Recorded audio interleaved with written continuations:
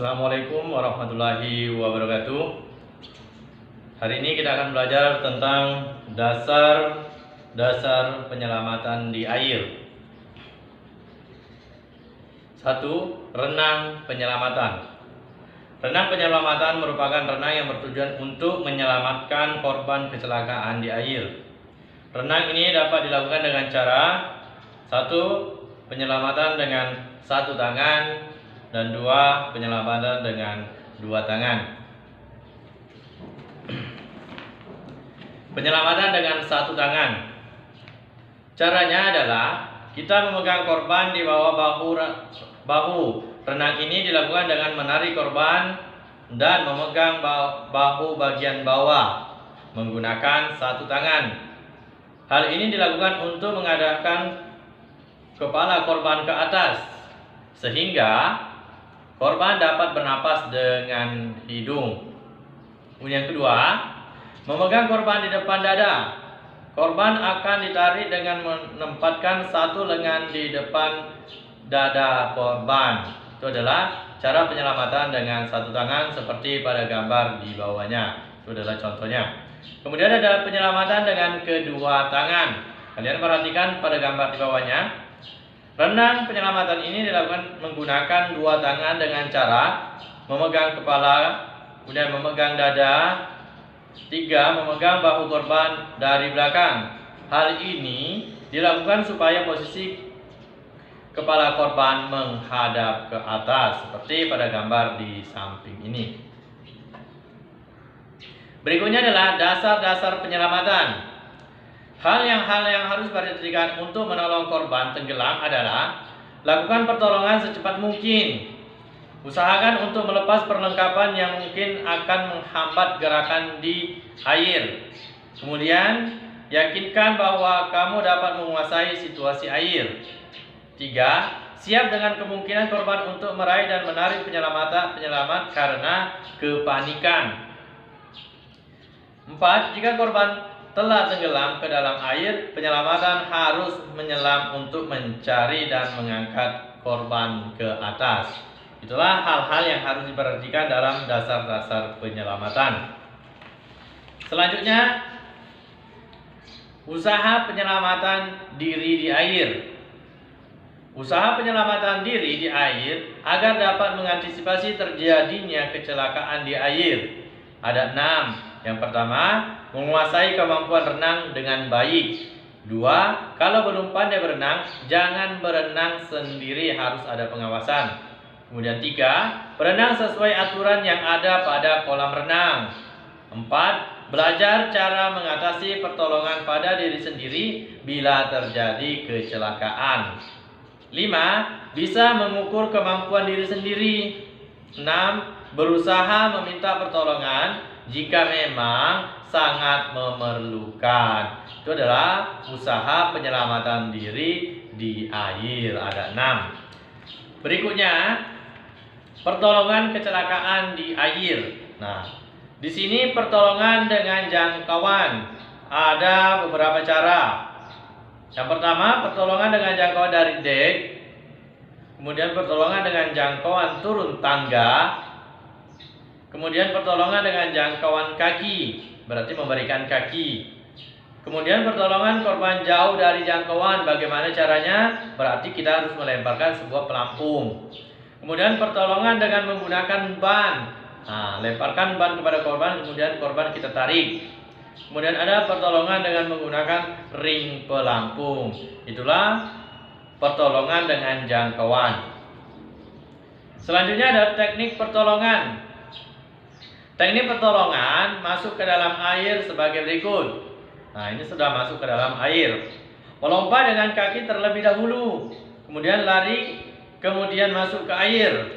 Terjun dekat jangkauan jauh. Cara mendekati korban meliputi sebagai berikut. Kita menggunakan gaya bebas, berenang menggunakan gaya bebas, kemudian menggunakan gaya dada. Itu cara mendekati korban. Yang kelima itu adalah kita pernapasan buatan.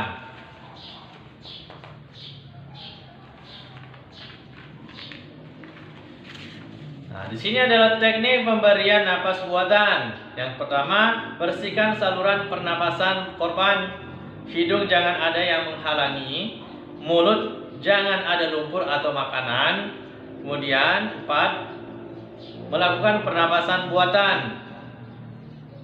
Macam-macam pernapasan buatan itu, 1, pernapasan dari mulut ke mulut. Kemudian 2, pernapasan dari mulut melalui tube dengan masker muka. 3, pernapasan dengan menggunakan resusitator ataupun secara otomatis.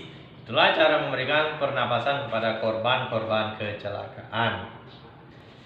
Selanjutnya adalah hal-hal yang harus dihindari saat berenang di kolam renang. Yang pertama, jangan mendorong teman-teman dari pinggir kolam. 2, sebelum menguasai teknik-teknik renang, jangan meloncat di tempat-tempat orang ramai berkumpul. Keempat, jangan meloncat di kolam yang dangkal dengan posisi menukik. 5, jangan membawa di pinggir kolam hingga memungkinkan tergelincir ke dalamnya. Ya, jangan berlari-lari di pinggir kolam yang memungkinkan kita tergelincir ke dalam kolam. Berikutnya, penyelamatan dengan sistem resusitasi jantung atau paru. Resusitasi jantung paru bertujuan untuk mengembalikan fungsi pernapasan.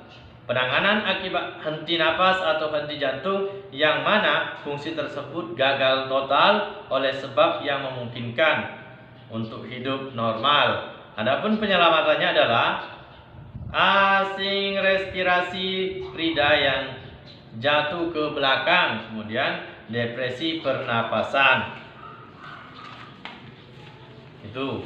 Kemudian kita ke 7, hal-hal yang harus dilakukan sebelum berenang. Apa saja sih yang harus dilakukan sebelum berenang? Yang pertama, melakukan pemanasan untuk menghindari terjadinya kejang otot saat berenang.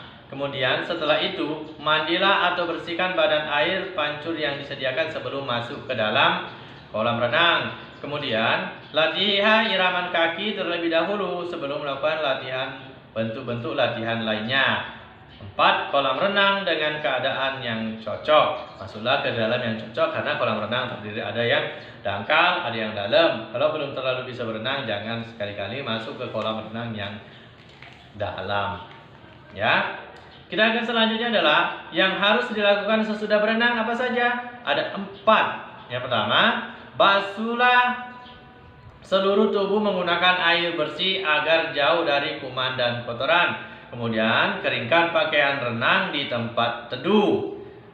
3, lakukan istirahat yang cukup. Kemudian, jangan lupa makan makanan yang cukup bergizi. Itulah yang harus diperhatikan setelah kita berenang. Ya, mungkin itu saja dalam renang penyelamatan ini materinya. Dan ini ada 5 soal kalian kerjakan dengan teliti dan lihat di slide-slide videonya nanti ya. Nah, soal yang pertama dalam soal penyelamatan di air adalah 1. Apa yang dimaksud dengan renang penyelamatan? 2. Tuliskan teknik pertolongan dengan jangkauan. 3. Hal-hal apa saja yang harus dihindari saat berada di kolam renang? 4. Sebutkan cara mendekati korban pada teknik pertolongan masuk ke dalam air. 5. Hal-hal apa saja yang harus dilakukan setelah berenang? Silakan dikerjakan, jangan ditinggalkan materinya, karena anak kelas 6 itu sudah mendekati ujian kenaikan kelas. Kalian harus selalu menjaga kesehatan dan selalu mengumpulkan tugas. Mungkin itu saja yang bisa Bapak sampaikan. Kalau ada yang kurang mengerti, silakan tanyakan di kolom komentar di bawah ini. Assalamualaikum warahmatullahi wabarakatuh. Salam olahraga jaya. Marfu'ah, yes.